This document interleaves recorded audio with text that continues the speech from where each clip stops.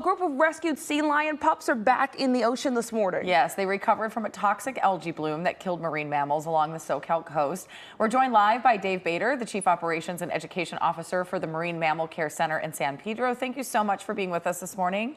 Thanks for having me. So I do want to talk a little bit about, because it's been interesting to hear that this bloom differed from previous years in terms of how bad it was, when it started, how long it went. Can you talk about that, maybe what caused that, and maybe the impacts of how this one was handled, how you'll handle it moving forward? Yeah, it's important to know that this is the fourth year in a row that we've had a toxic algal bloom like this. And this particular bloom was earlier in arrival, so starting in February. The second largest bloom that we've had started in June. It lasted longer than any other previous bloom. We actually had two different algae producing toxins out there that were affecting the animals. And we had a number of cetaceans, dolphins and whales that were also impacted. So all of these things were different from previous blooms.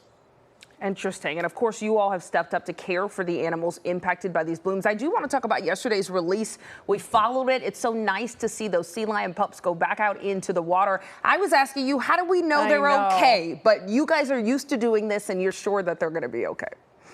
Yeah, so the Marine Mammal Care Center has been around for over 30 years. We've treated over 10,000 animals. Each animal that we treat has a tag that we put on it. It's just a number that if anybody in the public should see one of these animals, has a nice set of binoculars or a camera, you can read that tag number, let us know, and it helps us to know how our animals are doing. But like I said, after 10,000 treated animals, we're pretty sure these guys are going to do great out there. 10,000 animals. Can you talk about just having to manage that influx of animals and how your staff prepares for something like that? Yeah, I'll clarify quick. 10,000 over the course of 30 years, right? That's still a lot. Yeah.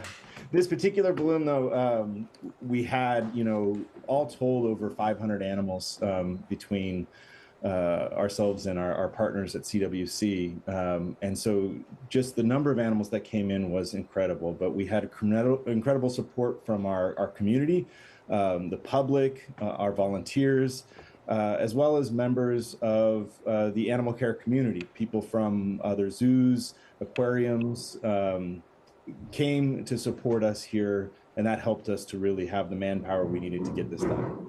This is great. Is there any way the public can support you guys when stuff like this happens? We all watch, we see the animals, we're all awing and saying that we feel bad. How can we actually support you all?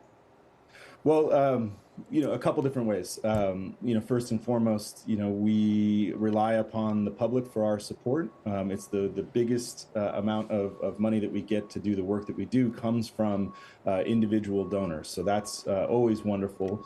But it's also important to remember that not everybody has the capacity to give a monetary donation, but we do all have a voice. And we're in this situation because of, climate change, ocean acidification, and extra nutrients coming into the water through urban runoff and through our sewage treatment plants. So we can call our elected officials and let them know that we want to see some change, and we want to really start to take action on these things that are impacting our local marine life.